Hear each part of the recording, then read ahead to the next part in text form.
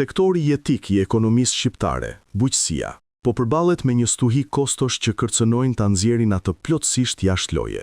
Rritja e menjëhershme e çmimit të karburantit, e kombinuar me shtrenjtimin galopant të plehrave kimike në tregjet ndërkombëtare, ka vënë në litar fermerët e vegjël, të cilët tashmë e shohin punën e tyre si një mision të pamundur ekonomik.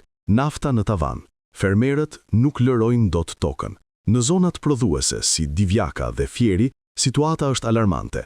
Çmimi i naftës ka arritur në 214 lek për litër, duke rritur automatikisht kostot e shërbimeve bazë. Plugimi i tokës tashmë kushton rreth 20.000 lek për dynym, ndërsa procesi i frezimit ka shkuar në 18.000 lek. Për shumë prodhues, këto shifra janë të papërballueshme, duke i detyruar ata të lënë tokat djerë, ose të shohin produktet e tyre, si lakra e kuqe, të kalben pa u vjel, pasi kostoja e transportit dhe prodhimit kalon çmimin shitjes. Gropat e subvencioneve dhe skllavëria e qiras. Edhe pse shteti ofron naftë pa akcizë, skema e subvencionit po rezulton e pamjaftueshme dhe përjashtuese.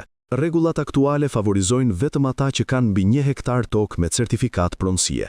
Kjo lë jashtë mijëra fermerë që punojnë me sipërfaqe të vogla, ose ata që kanë marrë toka me qira pa dokumentacion të rregullt. Ka raste kur fermerët punojnë 10 hektar me qira, por përfitojnë ndihmë vetëm për një pjesë minimale të tyre, duke dalë me humbje drastike në fund të sezonit. Kriza globale e plerave kimike, goditja e radhës. Përveç naftës, një tjetër kërcënim vjen nga tensionet gjeopolitike. Bllokimi i rrugëve tregtare në ngushticën e Hormuzit ka goditur furnizimin global me amoniak dhe ure, elemente bazë për plerat kimike. Rritja e çmimeve. Sipas parashikimeve të Bankës së Amerikës, rrezikohet mbi 65% e furnizimit botëror me ure.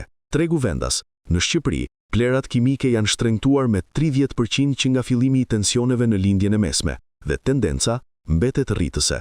Ndryshe nga karburantet, plerat nuk kanë rezerva strategjike, duke e bërë bujqësinë shqiptare jashtëzakonisht të brisht ndaj luhatjeve të tregut të huaj. Pa një ndërhyrje emergjente apo rishikim të skemave të mbështetjes, prodhimi vendas rrezikon të rënohet përfundimisht, duke u zvendësuar plotësisht nga importi.